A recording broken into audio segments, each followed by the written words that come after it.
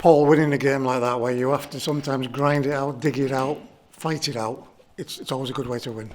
Well, it's a test of the character, and I think that's the biggest thing that I'll take out of that today was an incredible character the players have shown, grit and determination, not, in my opinion, how I wanted it to be. I didn't think we passed the ball well enough.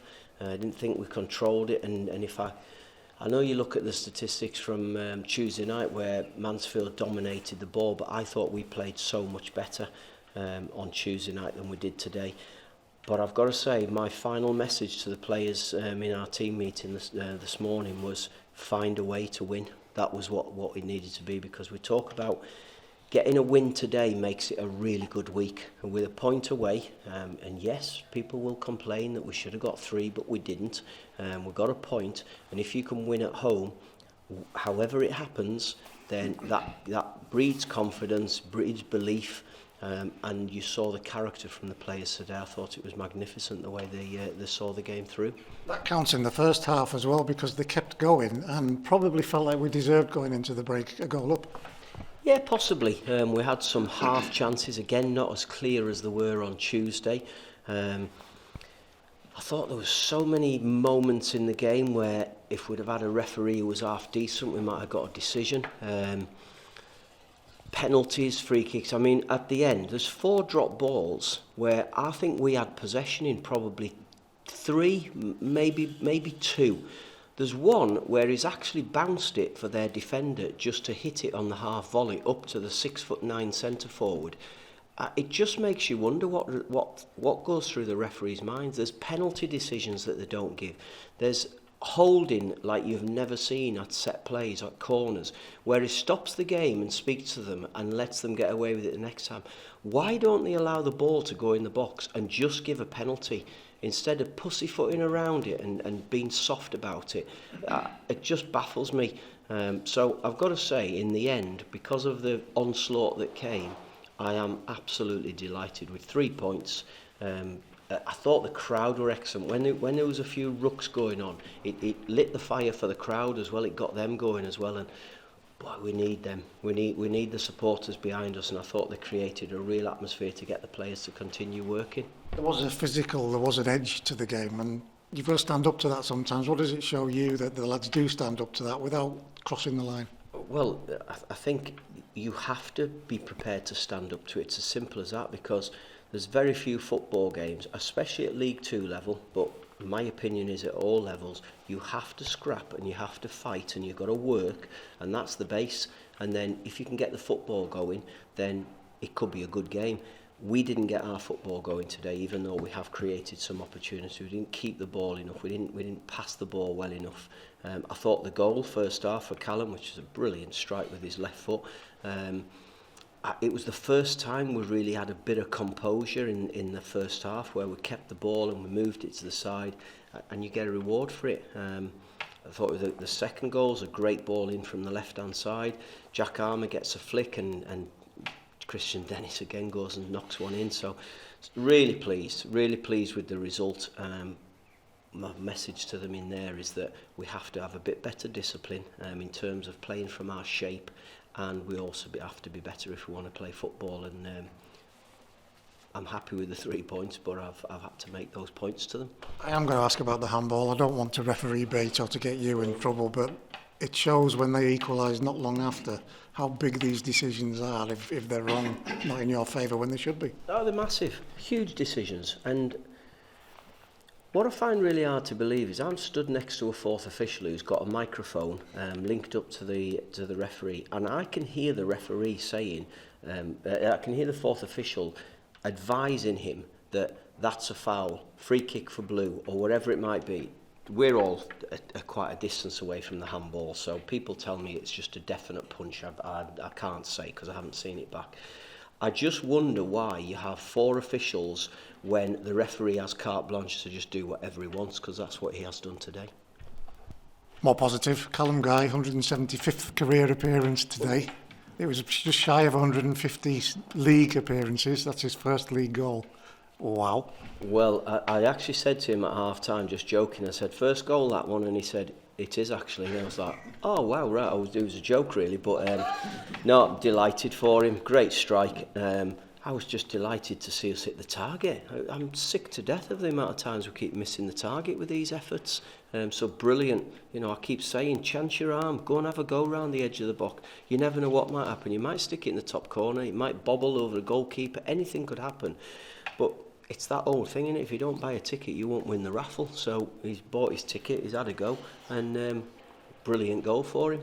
Defensively solid, and then there's that moment. You're going to hate that conceded goal. Yeah, we are, yeah. I mean, there was a few things. I mean, Tuesday night we were absolutely magnificent defensively. Today, on that one occasion, there's one long ball down the middle. Hunt goes for it, possibly a little bit too late, but if one's going up, the other two have got to cover round. Nobody covers round, the lad skips through, and it's a really good finish from him. I'll give him his credit there, but that shouldn't happen. And then at the end, we're winning the game 2-1, and we're going 2v2 at the back. There's no sense to it. So you've just got to defend properly, and I think if we can improve in those areas, we can be a match for teams in this league, and that's what we've got to try and get to that point where I'm looking forward to the day where I'm sitting comfortably in that technical area, but it does nothing for blood pressure and for my heart. So hopefully that'll come soon. Is that a lesson in game management? Because they were going for a third goal at 2-1, when sometimes maybe let's just calm it down. Well, you don't need to get a third at 2-1. You know, if the game's really open, you can. But they've just put a 6'9" striker on. They've got Magoma in midfield, who's playing really well and causing problems. They've got a Sal who's running off a 6'9" centre forward. They're bombing things forward. You just have to defend it and be nice and calm. And then when we do win it, keep the ball. We got into good areas where we didn't keep the ball very well.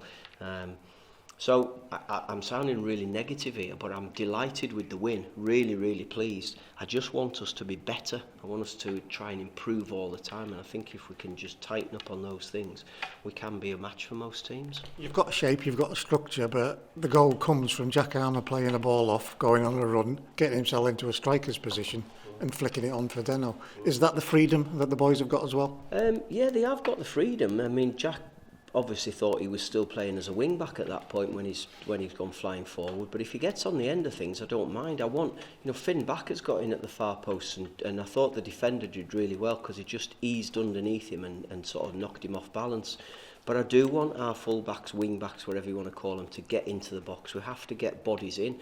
We have to make sure we secure the back door as well and keep things tight there. But if we've got Jack Armour or Finn Back getting forward and joining Amari and Gibbo and Deno, we make sure that we've got players who are securing the edge of the box, keeping it tight on the halfway line, and trying to just stem any transition that might come against us. And you showed it again, you pushed Mills forward, you went with more of a 4-3-3, 4-4-2 at times, and that shows that you're going to adjust during the game. Yeah, and the players can do it.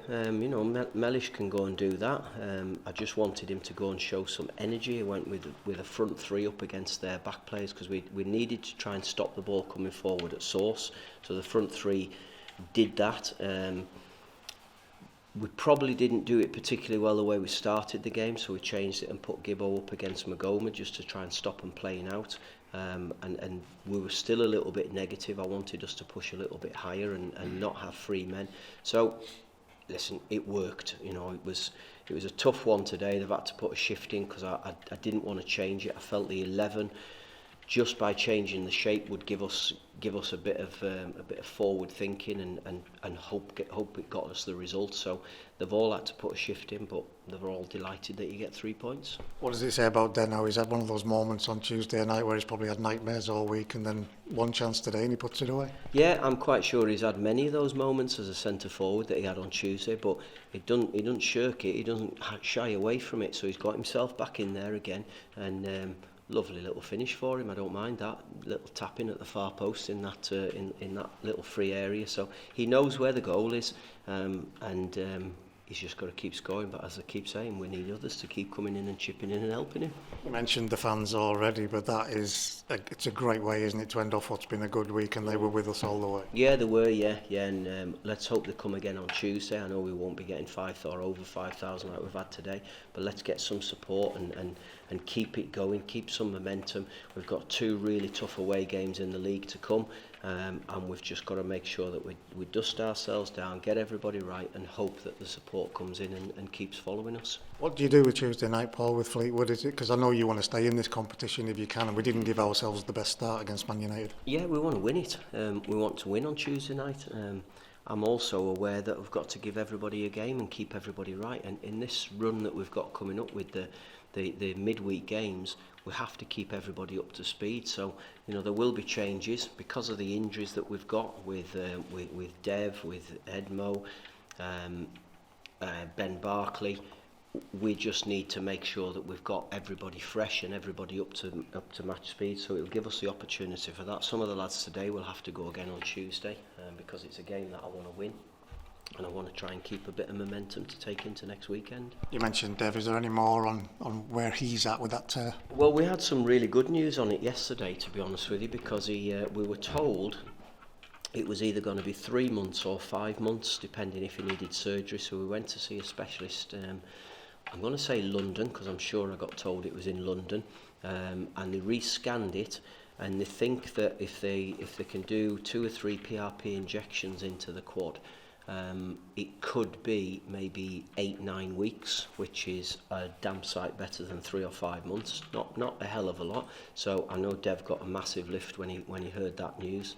So we've just got to be patient, get it right, and hopefully get him out there and showing the sort of the type of things like that volleyed pass out wide out to the right that was a big part of our game the last time he played. Paul, thanks.